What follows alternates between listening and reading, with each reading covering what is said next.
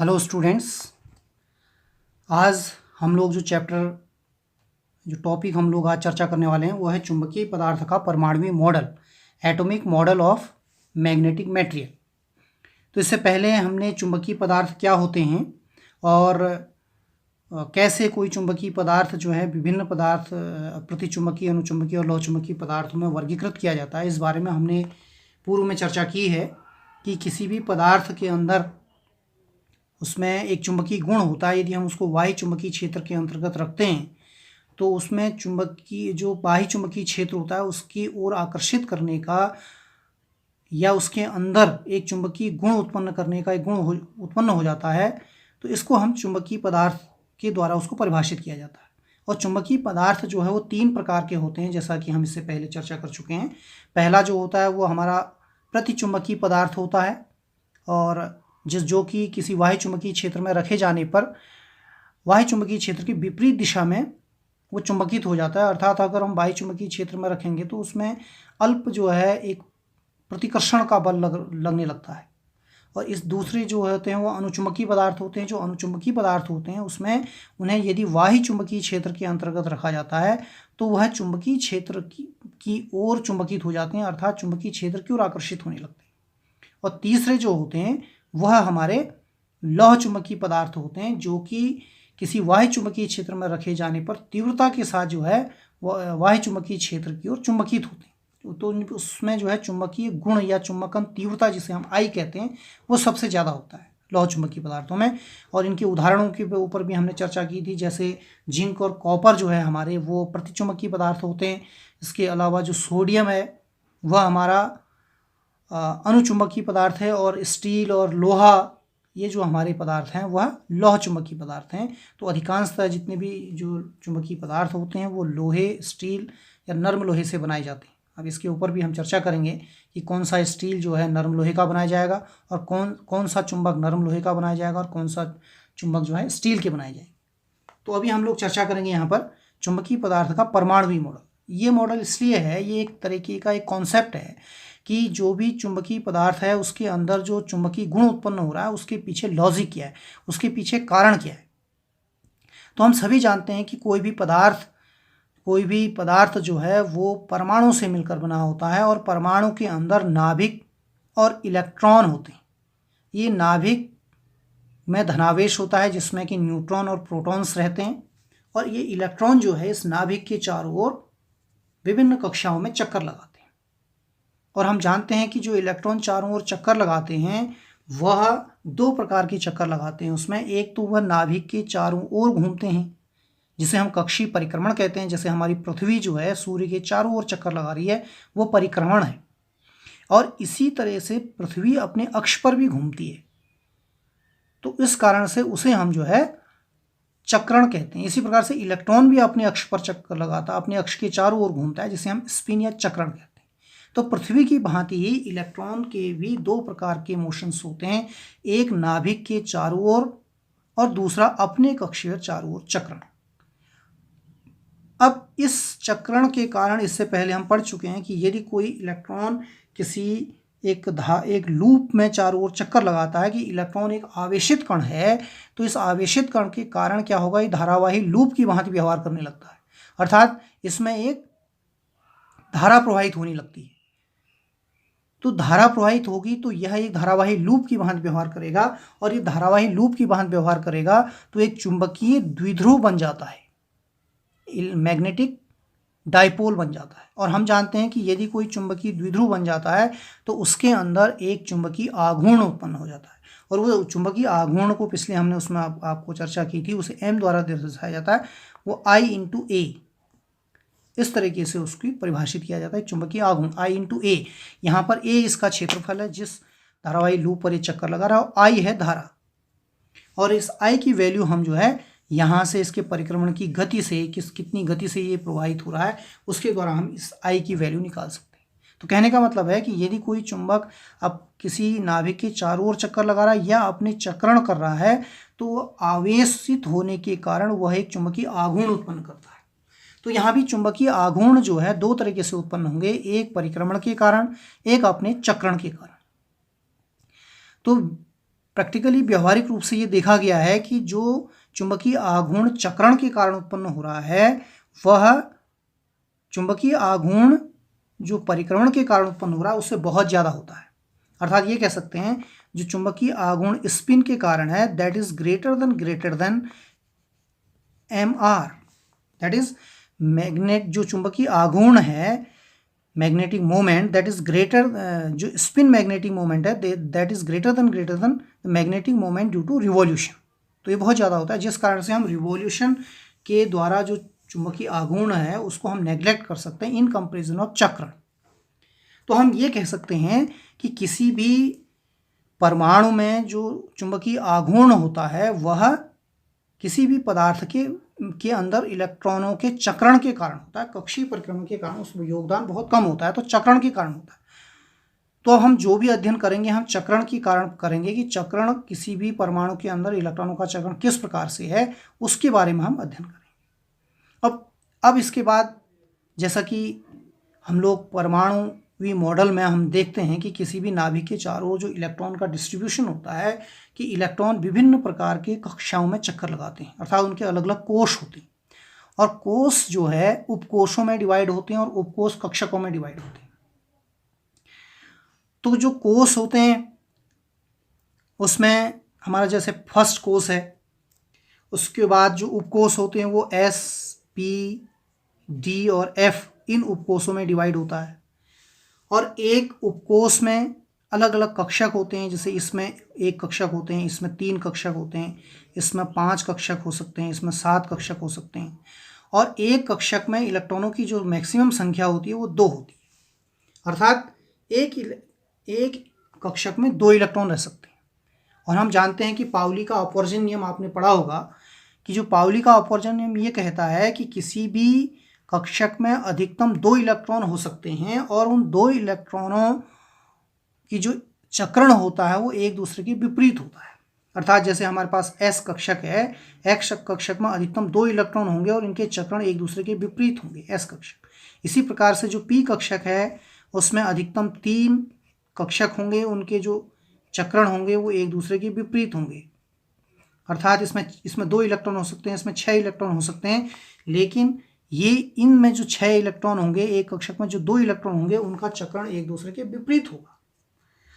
तो इस तरीके से क्या होगा, यदि जो हम साधारणतः हम देखें अगर कोई परमाणु पूरी तरह से भरा हुआ है, उसका कोई कोष खाली नहीं है, जैसे हम बात करें सपोज हमारे पास जिंक है, जिंक का जो इलेक्ट्रॉनिक विन्यास है वो 30 इसका परमाणु क्रमांक है, तो 2, 8, 18 और 2।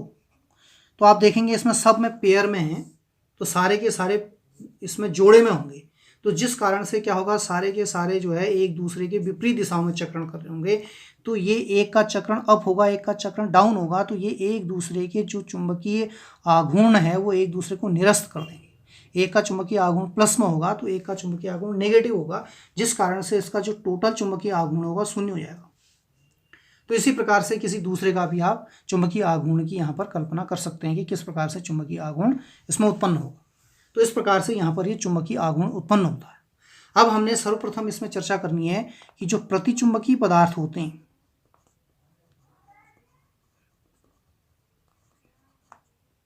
प्रतिचुंबकीय पदार्थ वो कैसे प्रतिचुंबकीय पदार्थ जो है किसी बाह्य चुंबकीय क्षेत्र में रखे जाने पर चुंबकीय क्षेत्र के विपरीत दिशा में चुंबकित होते हैं। तो इसका कारण क्या है कि हम जानते हैं कि प्रतिचुंबकीय पदार्थ जितने भी होंगे उनकी एक खासियत होती है कि उनके जो कोष होते हैं वो पूरे पेयर्ड होते हैं, पूरे भरे हुए होते हैं, अर्थात उसमें किसी भी कक्षक में सिंगल इलेक्ट्रॉन नहीं होगा, पूरे पेयर में होंगे। जैसे जिंक में है तो जिंक भी एक चुंबकीय प्रतिचुंबकीय पदार्थ है क्योंकि इसके जो सारे के सारे जितने भी हैं सब पेयर्ड है। तो पेयर होने के कारण क्या होता है, इसमें जो इलेक्ट्रॉन्स होंगे वो पेयर में होंगे, तो क्या होगा एक दूसरे के चक्रण विपरीत दिशा में होंगे, जिस कारण से ये एक दूसरे के चुंबकीय आघूर्ण को निरस्त कर देते हैं। तो इसका जो जिंक के जो परमाणु का जो परिणामी जो चुंबकीय आघूर्ण m होता है वह 0 होता है साधारण अवस्था में। परंतु जब हम इसको किसी बाह्य चुंबकीय क्षेत्र में रखते हैं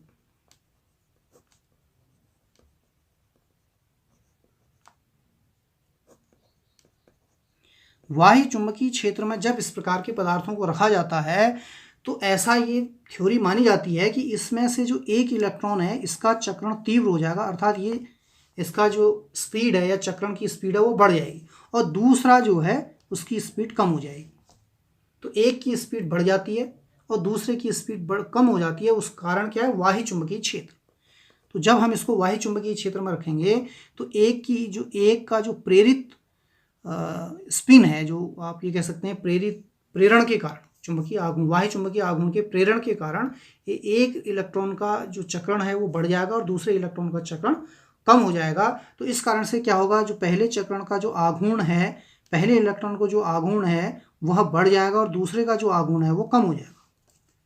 तो इस प्रकार से ये एक दूसरे को कैंसिल नहीं कर पाएंगे। अब जो चुंबकीय आघूर्ण होगा दैट इज नॉट जीरो, अब उसका रिजल्टेंट चुंबकीय आघूर्ण शून्य नहीं हो पाएगा, जिस कारण से अब यहाँ पर एक परिणामी चुंबकीय आघूर्ण उत्पन्न हो जाएगा और वह परिणामी चुंबकीय आघूर्ण प्रेरित आघूर्ण होगा। प्रेरित चुंबकीय आघूर्ण, एक प्रेरित चुंबकीय आघूर्ण इसमें उत्पन्न हो जाएगा। अब ये प्रेरित चुंबकीय आघूर्ण चूंकि वाह्य चुंबकीय क्षेत्र के कारण प्रेरित हुआ है और हम जानते हैं कि यह प्रेरित चुंबकीय आघूर्ण जो है उस कारण का विरोध करेगा जिसके कारण वह उत्पन्न हुआ है, अर्थात यह प्रतिचुंबकीय, ये जो प्रेरित चुंबकीय आघूर्ण उत्पन्न हुआ है यह वाह्य चुंबकीय क्षेत्र के विपरीत दिशा की ओर कार्य करने लगता है, क्योंकि यह इसका विरोध करता है और विरोध तभी हो सकता है जब यह उसकी विपरीत दिशा में कार्य करे। तो इस कारण से जितने भी प्रतिचुंबकीय पदार्थ होते हैं जिनमें कि पेयर्ड इलेक्ट्रॉन होते हैं वह सदैव जो है वाह्य चुंबकीय क्षेत्र के विपरीत दिशा की ओर चुंबकित हो जाते हैं। क्यों? क्योंकि ये वाह्य चुंबकीय क्षेत्र के कारण प्रेरित चुंबकीय आघूर्ण इसमें उत्पन्न होता है। तो इस कारण से प्रेरित जो भी इस प्रकार के पदार्थ होते हैं उनका चुंबकीय आघूर्ण जो है विपरीत दिशा की ओर चुंबकित हो जाता है। तो इस प्रकार से हम प्रेरित आपका पदार्थों को, प्रेरित चुंबकीय पदार्थ को समझ सकते हैं। अब नेक्स्ट इसमें होता है अनुचुंबकीय पदार्थ। अनुचुंबकीय पदार्थ,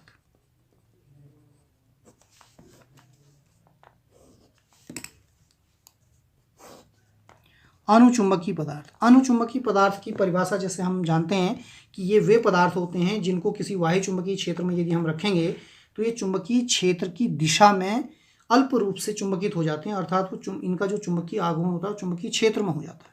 तो ऐसा इसलिए माना जाता है कि ये जितने भी इस प्रकार के पदार्थ होते हैं उनमें जितने भी जो कक्षक होते हैं वह पूरी रूप से भरे हुए नहीं होते हैं, उसमें कोई ना कोई एक सिंगल इलेक्ट्रॉन उसमें होता है। अर्थात जैसे हम सोडियम की बात करें, सोडियम में 2, 8, 1, अर्थात इसमें ये दो कोषों में ये पूरे भरे हुए हैं, इसमें पेयर्ड होंगे, लेकिन लास्ट का जो है इसमें अनपेयर है, अर्थात ये एक सिंगल इलेक्ट्रॉन इसमें होगा। तो अर्थात इनका जो चुंबकीय आघूर्ण है वह निरस्त नहीं हो पाएगा, क्योंकि अगर पेयर में होते तो एक दूसरे को निरस्त कर देते, लेकिन इसमें 11 परमाणु क्रमांक के कारण इसमें 11 इलेक्ट्रॉन है जिसमें कि एक अनपेयर्ड है। तो इस अनपेयर्ड के कारण इसका जो कुल सोडियम के एक परमाणु का जो चुंबकीय आघूर्ण है वह एक दूसरे को निरस्त नहीं कर पाएगा, अर्थात m जो इसका चुंबकीय आघूर्ण है वो शून्य नहीं होगा। तो हम ये कह सकते हैं कि सोडियम के प्रत्येक परमाणु का कोई ना कोई एक चुंबकीय आघूर्ण होगा और वह चुंबकीय आघूर्ण किसी भी पदार्थ में इस तरीके से हम मान सकते हैं, माना सोडियम का कोई पदार्थ है, ये परमाणु है, इसमें सोडियम के हमारे परमाणु हैं, तो इसका चुंबकीय आघूर्ण अलग अलग दिशाओं में, एक निश्चित डायरेक्शन में नहीं होते हैं, अलग अलग दिशाओं में होते हैं इस प्रकार से। तो इसका चुंबकीय आघूर्ण इसका इस दिशा में होगा, इसका इस, जिस कारण से इनकी डायरेक्शन भिन्न भिन्न है। किसी एक परमाणु का चुंबकीय आघूर्ण शून्य नहीं है, परंतु पूरे पदार्थ के उसमें असंख्य इलेक्ट्रॉन होते हैं और जिनकी जो आघूर्ण की दिशा है वो भिन्न भिन्न है। इस प्रकार से इसका अगर आप औसत चुंबकीय आघूर्ण या रिजल्टेंट जो चुंबकीय आघूर्ण निकालेंगे तो वो शून्य आएगा। अर्थात बाह्य चुंबकीय क्षेत्र की अनुपस्थिति में कोई भी अनुचुंबकीय पदार्थ एक साधारण पदार्थ, अर्थात वो उसमें कोई भी चुंबकीय गुण नहीं होता है। परंतु जब हम इसको किसी वाह्य चुंबकीय क्षेत्र के अंदर रखते हैं तब क्या होगा? तो वाह्य चुंबकीय क्षेत्र के अंदर रखने पर इनमें ये जो जितने भी ये परमाणु हैं यह वाह्य चुंबकीय क्षेत्र की दिशा की ओर संरेखित होने लगते हैं। अर्थात जब हम इसको वाह्य चुंबकीय क्षेत्र के अंदर रख देंगे इस प्रकार से, और यहाँ पर चुंबकीय क्षेत्र जो बाह्य चुंबकीय क्षेत्र है वो इस दिशा में लगा हुआ है, तो ये जितने भी परमाणु हैं ये बाह्य चुंबकीय क्षेत्र की दिशा की ओर संरेखित होने लगते हैं इस प्रकार से, क्योंकि इन पर एक बाह्य चुंबकीय क्षेत्र इन पर बल लगाता है और ये चुंबकीय क्षेत्र की दिशा में संरेखित होने लगते हैं। तो इस तरीके से इन सभी का जो डायरेक्शन है वो बाह्य चुंबकीय क्षेत्र की दिशा में है। इस प्रकार से ये जो पदार्थ है यह इसके अंदर अब जो चुंबकीय आघूर्ण है वो शून्य नहीं होगा, तो इसका एक निश्चित चुंबकीय आघूर्ण उत्पन्न हो जाता है, एक निश्चित चुंबकीय आघूर्ण होता है, जिस कारण से इसके अंदर एक चुंबकीय गुण उत्पन्न हो जाता है और यह बाह्य चुंबकीय क्षेत्र की दिशा की ओर होता है। तो इस प्रकार से अनुचुंबकीय पदार्थ उन्हीं पदार्थों में उत्पन्न होता है जिनमें कोई एक सिंगल इलेक्ट्रॉन होता है और जिस कारण से उसका एक निश्चित चुंबकीय आघूर्ण होता है, उस परमाणु का चुंबकीय आघूर्ण शून्य नहीं होता है। और साधारण अवस्था में पदार्थ के जो चुंबकीय परमाणु हैं उनके चुंबकीय आघूर्ण भिन्न भिन्न दिशाओं में होते हैं, जिस कारण से उनका एक परिणामी जो चुंबकीय आघूर्ण होता है शून्य होता है। परंतु जब उनको किसी बाह्य चुंबकीय क्षेत्र में रखा जाता है तो वो जो परमाणु हैं वह बाह्य चुंबकीय क्षेत्र की ओर संरेखित होने लगते हैं। इस प्रकार से उसके अंदर एक चुंबकीय आघूर्ण उत्पन्न हो जाता है और पदार्थ चुंबकीय हो जाता है, चुंबकित हो जाता है। तो इस प्रकार से ये हमारे अनुचुंबकीय पदार्थ है। अब लौह चुंबकीय पदार्थों के परमाणु मॉडल को समझने के लिए हमें थोड़ा सा कॉन्सेप्ट हटना पड़ेगा, क्योंकि है तरीका वही लेकिन इसमें एक डोमेन सिद्धांत दिया जाता है। हम डोमेन सिद्धांत इसे कहते हैं। लौह चुंबकीय पदार्थों के चुंबकीय गुणों को समझने के लिए डोमेन सिद्धांत होता है। तो हम जानते हैं कि किसी भी पदार्थ के अंदर जो है बहुत सारे परमाणु होते हैं जिनका चुंबकीय आघूर्ण होता है। तो इसमें भी क्या होता है कि जो लौह चुंबकीय पदार्थ होते हैं इनमें भी हर परमाणु का एक चुंबकीय आघूर्ण होता है, वह शून्य नहीं होता है बल्कि कुछ ना कुछ एक निश्चित चुंबकीय आघूर्ण होता है। अब चुंबकीय आघूर्ण, क्योंकि लौह चुंबकीय पदार्थों के अंदर जो हमारे परमाणु होते हैं वो एक दूसरे से अन्योन्य क्रिया करके एक ऐसा रीजन बना लेते हैं जिसमें उस रीजन के अंदर सारे के सारे परमाणु एक ही दिशा में संरेखित होते हैं, अर्थात उनका जो चुंबकीय आघूर्ण होता है वो एक दिशा में होता है। अनुचुंबकीय पदार्थों में आपने देखा होगा, जैसे हमारा अनुचुंबकीय पदार्थ है, इसका जो प्रत्येक परमाणु का एक चुंबकीय आघूर्ण होगा, लेकिन वो भिन्न भिन्न दिशाओं में होगा, अलग अलग रैंडमली जो है डिस्ट्रीब्यूट होगा, जिस कारण से इसका चुंबकीय आघूर्ण क्या होता है, शून्य हो जाता है। परंतु लौह चुंबकीय पदार्थ में ऐसा माना जाता है कि लौह चुंबकीय पदार्थ, माना ये कोई लौह चुंबकीय पदार्थ है, इसमें बहुत सारे ऐसे डोमेन बन जाते हैं, बहुत सारे क्षेत्र बन जाते हैं। इन क्षेत्रों में ये जो पहला क्षेत्र है इसमें 10⁻17 से 10⁻21 इलेक्ट्रॉन्स इसके अंदर एक रीजन में होंगे। ये दूसरा रीजन, तीसरा रीजन, ऐसे बहुत सारे रीजन्स बन। इन एक पहले वाले रीजन में जितने भी परमाणु होंगे ये माना जाता है कि इन सभी की जो डायरेक्शंस होंगी वो एक ही दिशा में होंगी, इनके चुंबकीय आघूर्ण सभी परमाणु का एक ही दिशा में होगा। अब जो दूसरा डोमेन है, अब इस दूसरे डोमेन की, जैसे यहाँ पर हर एक परमाणु का अलग अलग था, वो यहाँ पर डोमेन का अलग अलग हो जाएगा, अर्थात दूसरे डोमेन का जो आपका चुंबकीय आघूर्ण होगा वो जितने भी इलेक्ट्रॉन्स होंगे सब एक दिशा में, इनका अलग दिशा में हो जाएगा। ये रैंडमली होगा लेकिन एक डोमेन का एक ही दिशा में होगा। इस प्रकार से इनका आप ऐसे मान सकते हैं।